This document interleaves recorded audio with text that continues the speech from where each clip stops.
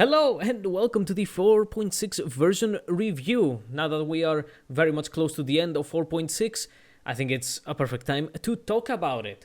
4.6 was looking as a pretty good version compared to 4.5 and even 4.4.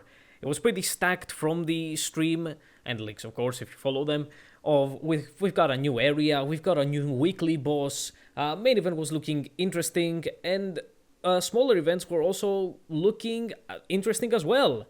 So again, this version was, I wouldn't say like fully hyped. Of course, we had Arlecchino, which is a very like sought out unit, sought out character to own. Of course, right? Everybody loves the Fatui because they are actual characters. And so people were very, very, very much hyped to do stuff. to have Arlecchino see her gameplay, right? Because Fatuis always have some weird mechanics perhaps, and also see what the new boss was going to be. Why the fuck would you fight Arlecchino, right? Compared to the to other Fatui bosses that had a reason. Everybody wanted to see the reasoning, and again, we also got a new area, so things were looking again really, really good. So we're gonna be taking a look at the new area. We're gonna be talking about the new boss. And of course, main event and some of the minor events. I think most of the minor events we're going to cover them. So let's begin with the new area.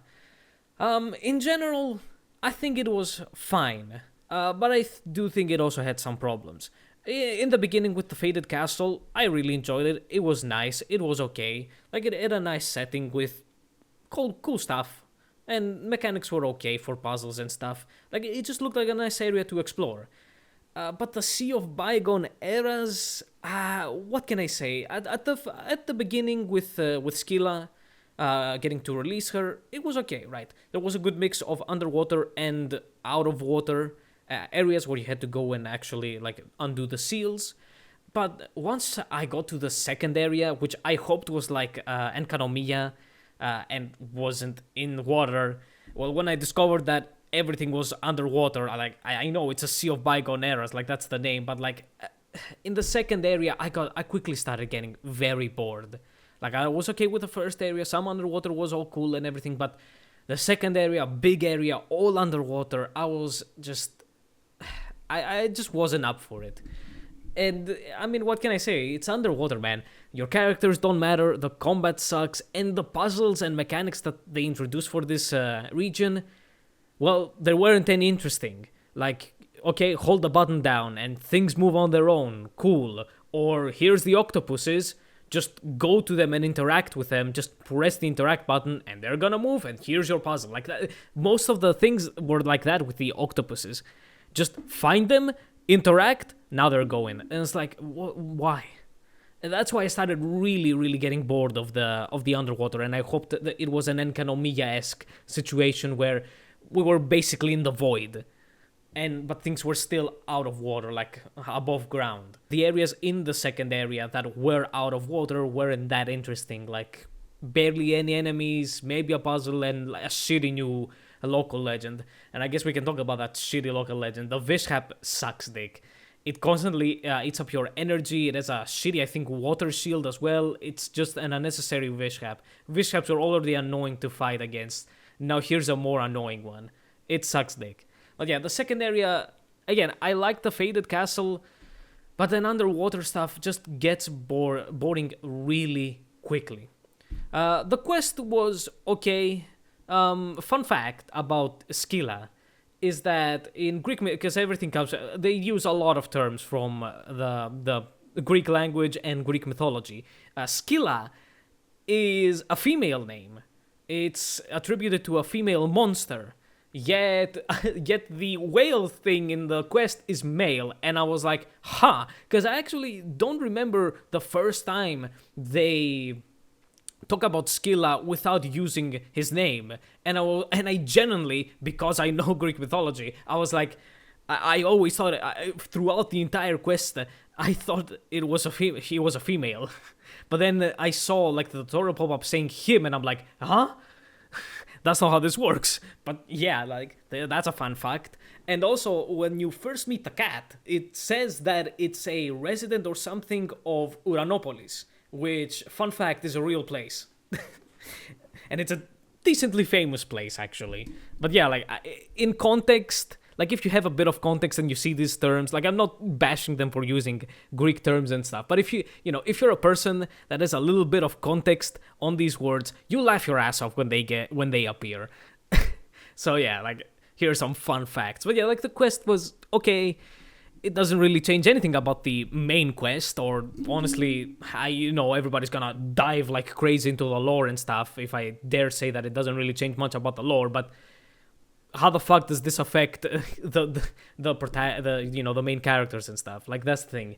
I just didn't feel like there were any characters in this quest that was like, I really want to see where this goes kind of vibe. Like, even if it wasn't connected to DMC and stuff, I just didn't feel like I wanted to really follow these characters around compared to somebody like Jet in the Sumeru, in the desert quests. Those were more important because Jet is an actual character and she has decent writing compared to what this was. But it was okay. Like, it didn't drag on for a super long while, so that's why I say it was okay. And they also like introduced like fucking QuickTime events and cutscenes, which, by the way, if you miss the note, like if you miss the notes that appeared, the QuickTime event, the cutscene would reset to like the point where you missed before the point you missed, which was very annoying. And like, really, QuickTime events now? Like, we're 5 out of 7 nations in, and like, you want to introduce something from 2010? Like, just leave the QuickTime events into PlayStation 3 games. Like, we can leave those there. We did not need QuickTime events like this, seriously. But yeah, like, that's fine. And then we also had the above ground area, like in regular Taviat. Like, wow. What can I say? Like, the new area is literally a single island. The Sumeru harbor has nothing in it except for like a chest. And they barely added like a puzzle or something in the entire like mountain that you can go now in Sumeru. And then everything else is all sea. And there's nothing in it. Literally nothing in this entire sea. There's absolutely nothing. Why the fuck didn't they put any of those hilichurl like towers from the Golden Apple Archipelago? Just sprinkle them around. What's gonna happen? It's so bad to see the area be so ungodly empty, to have this giant empty sea in between 3 nations and not fill it with an island, a small island or something that has a puzzle or a chest. Or, as I said, the hilichurl towers that are on water that you can find in Inazuma and Sunken missions, and the Golden Apple Archipelago. The assets are there. Why the fuck did they not fill this up? Or a challenge with the Wave Rider. They have so many challenges where you just activate it with a Wave Rider and then you go your merry way with it, using it. Why the fuck again did they not just sprinkle them around? Make something. It's a giant empty void, and there's no good reason to leave it empty. They should have added a lot of stuff in there. Again, I mentioned so many of them. Like, come the fuck on. So yeah, new area is okay. It just gets it gets boring very quickly because of the underwater. And there isn't really much into the Taviat new area. It's just a single island. But the Faded Castle was okay. And I guess we can move on to the boss, Arlecchino's boss. It's definitely better than the last 3. Because the whale sucked dick, Apep sucked major dick, and Skara is horrendous. But it's still not amazing to fight, really. Like, the attacks aren't necessarily fully telegraphed. But like, I think Arlecchino also has like a very random one-shot attack. Like, she sometimes goes into a parry phase, and if you hit her, she will just attack at you or will unleash the one-shot attack. Again, I don't know because it's so random. I've had her do the one-shot attack just randomly if I didn't hit her, and then I've had her do the one-shot attack if I hit her.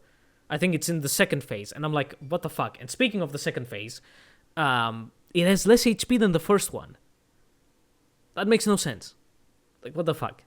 The Bond of Life mechanic is okay. If you clear it, you can do a charge attack to stun her for a bit. But like, yeah, it's 1,000 times better than the last 3 bosses we've gotten. But it's still not a really interesting fight. That's about it. And something that really pisses me about the fight, we're gonna see it in the Arlecchino review, because yes, I pulled for her because there's nothing else to farm. She has 2 scythes in her boss fight. yet only one in the character you can pull for. We're gonna mention that in the review, but I wanted it's tied to this boss. So yeah, new boss. Okay, let's get into the events. The main event was the Aratakito Rock Festival. Everybody was fucking hyped, me included. There wasn't much of a story, just an introduction and then the ending cutscene, but everybody wanted to hear Takanori sing.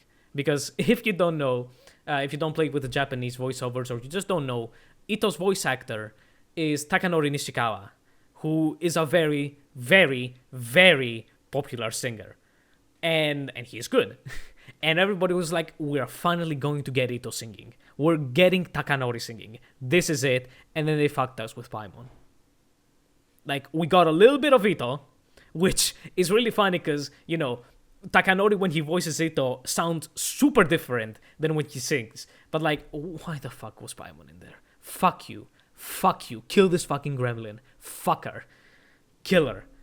I just wanted Takanori. That's it. Other than that, there wasn't much of a story.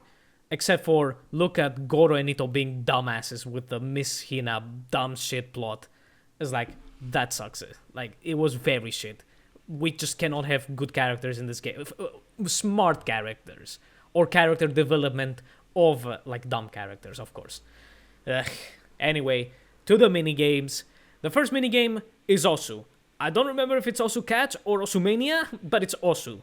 It was okay. You had different character themes, which is fine. It would have helped if I actually listened to these themes, because I'm just not it. They're just not for me. I don't like them. But in my defense, these themes do not appear anywhere in the game, right? They don't.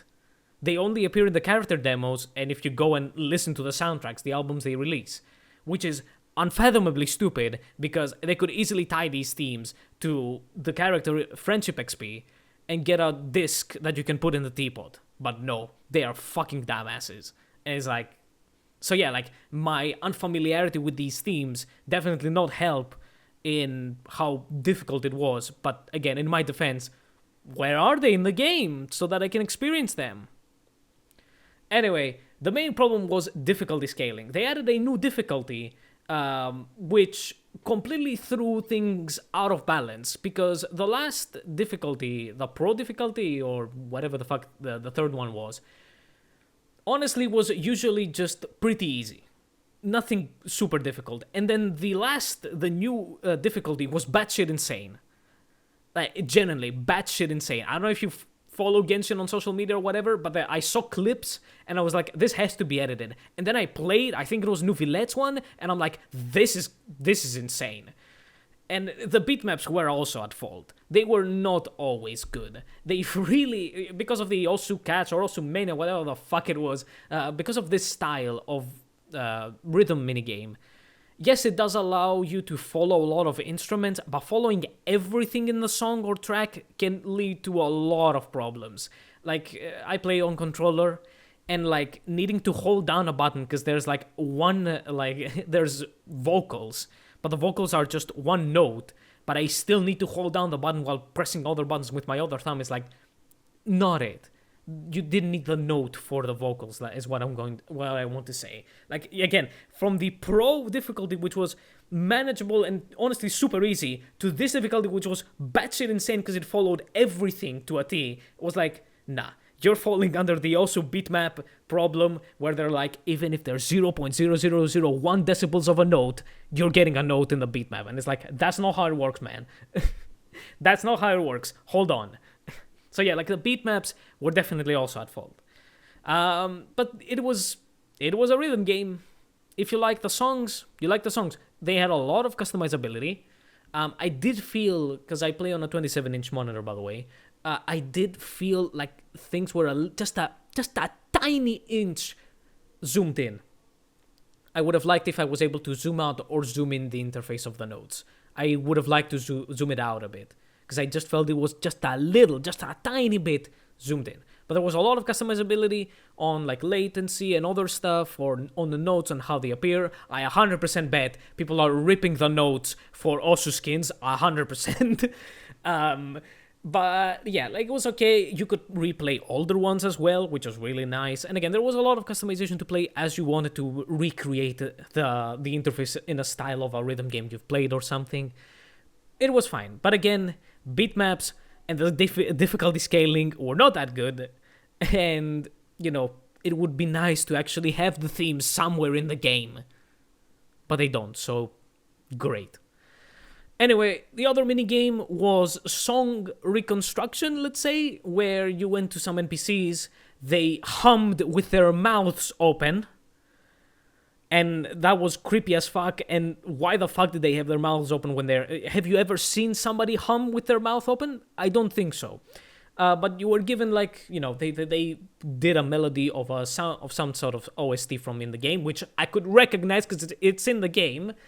And then you were asked to fill in the notes using some of the instruments we've been given. The main problem was that when you're asked to, let's say, replicate a piano track or piano notes with something like a drum or a trombone or something, whatever the fucking instruments we were given, it just doesn't feel right. It just makes things not hard, but annoying for no reason. Like, I'm not going to ask you to replicate the starting part of City Ruins from Nier Automata, which is a piano track, using an electric guitar, right? It's not going to feel nice. That was the main problem. When they ask you to, when it was more appropriate, like maybe a piano and a lyre, which can have similar sounding, notes, it was much better, but it's like, bruh. And then the last one was just chores. That was the last minigame. Do chores. Photograph shit, kill shit, bring shit. That was about it. And then you were submitting decorations to Dvorak, which I only remember his name because of keyboards. And every single time you submitted something, a cutscene played. That cutscene was completely unskippable. That's bad.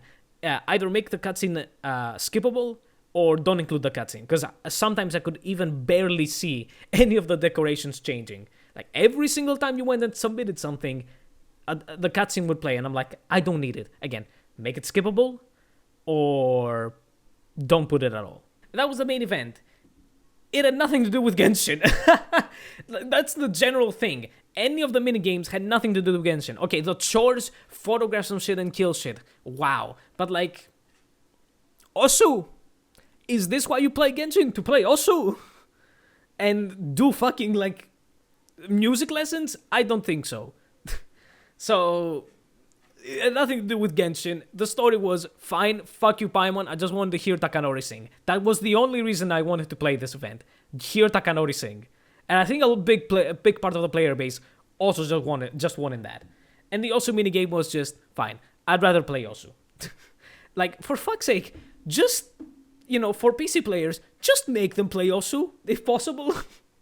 Get some Osu beat mappers, man. I don't think that Pepe can sue us if we replicate also inside of Genshin, please. Anyway, that was the main event. Onwards to the minor events. And we're gonna start with the Vibrator Crystal. I mean the Vibro Crystal event. In general, it was, believe it or not, a very, very, very good combat minigame.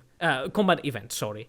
It was a score attack, so you needed to accumulate, a high amount of score by killing enemies in a set amount of time.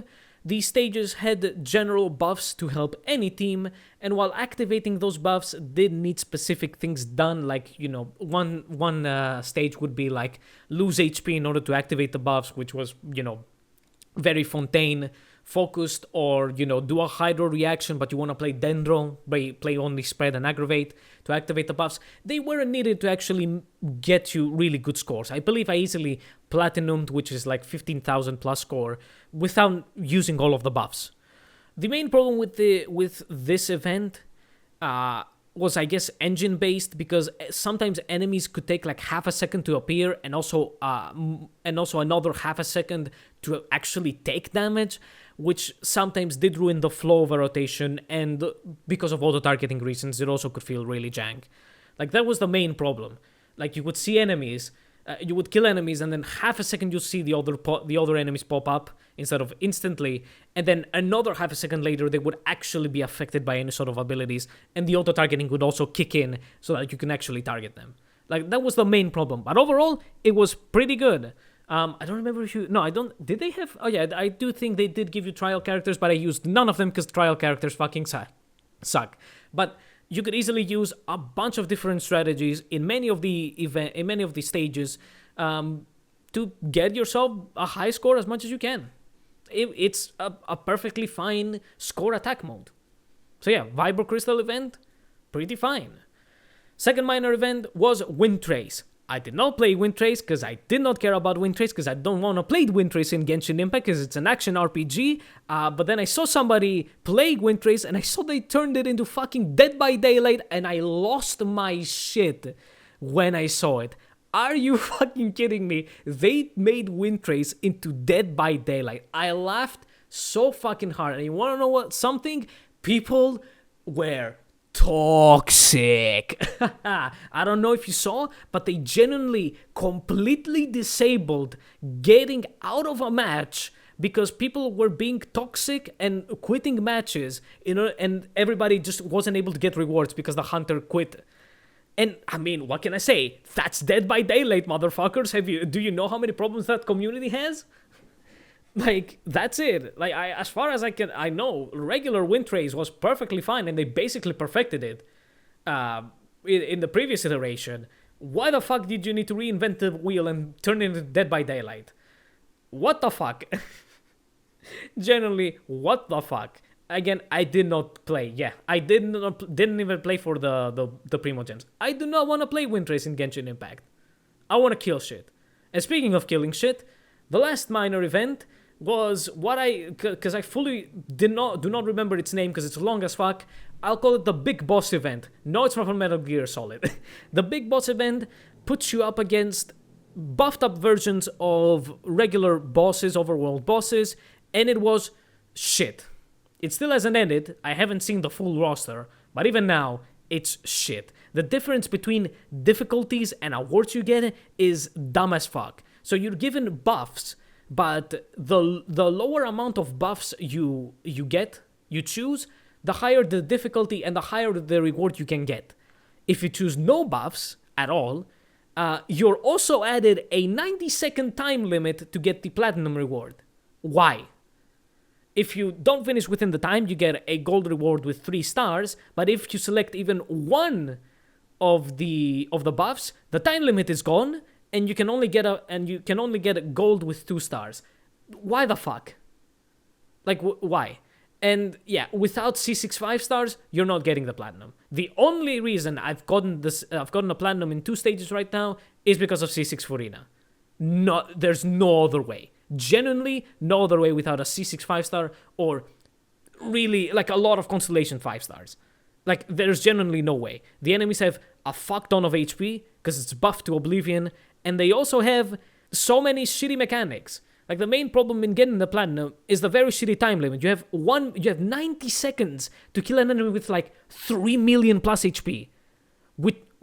And this enemy has a lot of invulnerability, like, not phases, but a lot of invulnerability moments and super high resistances unless you break their mechanic. And it's like, why? Like, these mechanics were shit. Like, the first boss was the Pyro Regisvine. And, of course, the weak point is in its eye, in the Corolla. Like, how the fuck are you gonna hit it? Right. Good luck with the auto-targeting. And then when you break it, it fucking pushes you away. Even if you press a burst or something, it would push you away, start a super heavy damaging attack with like lava waves everywhere, and you would also need to break the weak point and down on the roots. How the fuck are you supposed to do that in 90 seconds? Again, C6 Furina, because Furina summons can stay close to the boss and hit the root weak point. Like, that was the only way, and it has 3 million HP. Unless you have somebody doing 200k attacks, you're not killing this thing before it gets the weak point back up. Like, why the fuck did they add that stupid blowback mechanic? It's so fucking stupid. The second one was the Primo Geovishap, and it had, I believe, Cryo and Hydro resistances, plus it could freeze you because it has Cryo and Hydro at the same time. And unless you had an HP bot Zhongli, you were not able to use the mechanic because it breaks every single shield with the attack. Like, unless, for my Zhongli with like 30k plus HP, unless the shield was super fresh and had taken no damage, it broke. And it did not trigger the blow, like the counter attack that heavily damaged the pre-emoji of Bishop. And I did not platinum this, because I don't have a C6 5-star that isn't Cryo or Hydro. Because the only C6 5-star I have is Furina. That's about it. And then right now they've got the chicken, the Dendro chicken, which they've added a Dendro shield, and only Electro can really do something to it. Because if you do Pyro, it instantly gets the shield back, but if you do Electro, it's the only way to get it down. Why? Why? Why is Pyro getting cucked like this? But yeah, how did I platinum this? C6 Furina. That's the only reason. C6 Furina, Raiden, Kazuha, and Fischl. That was the team. But C6 Furina. And again, you're not platinuming this event without a C6 5-star. Because they're adding these stupid mechanics that are no fun at all. They're not a challenge. And I mentioned this in the Abyss review. It just goes to show how shit the combat designers are. They do not know how to make something difficult. The only thing they know is to make something annoying. We have such good mechanics in the game, but the only way to do a challenge for them is to add a time limit and add a fuck ton of time wasting stuff. That's not challenging. Not at all. And I'm happy to say that Wuthering Waves is doing a fuck ton better when it comes to combat. And I maybe hope that the combat designers of Genshin can learn a thing or two. Because, what can I say? Because this event easily shows how shit they are. I mean, even the Abyss, of course, has shown how bad the combat is. The enemy, specifically. How bad they are designed. And those are the minor events. Vibro Crystal event was very good. Wind Trace, I didn't care, and it looked pretty bad by how it was turned into Dead by Daylight and how the community was reacting to it. And the Big Boss event was shit because in order to actually get the maximum rewards, no, of course not with, you actually never got something for it, not even a fucking name card for platinuming anything in this event, but still. But in order to get the platinum, you need a C6 5-star. What can I say? It's, again, I mentioned it, like, the difference between difficulties and award was very dumb. Get a gold, in order to get 3-star gold, you need to have no buffs at all and ignore the time limit. And if you choose even one buff, you could only get 2 stars gold. And then a C6 5-star is needed to get the platinum because of a shitty time limit and time wasting mechanics. Really bad. Sucks. And that's it. If they added any quality of life stuff, I didn't notice it. Genuinely, I did not notice any quality of life stuff they did. And that's 4.6. It was a fine version, but it has some bad elements. Like, yes, nothing can be perfect, but I think it could have easily been a better version. And, I mean, honestly, Arlecchino does add up to this. Not the boss, the character, and we're gonna talk about her in a future video, but she definitely added into version 4.6 being a bit bad. Anyways, we'll see. I'll see you for 4.7, and things are changing a fuck ton. We're getting the Imaginarium Theater, another permanent addition into the game that is actual combat, but we'll see how good it is. We're most likely going to talk about it in the Spiral Abyss review of 4.7, and may most likely mention it in the version review.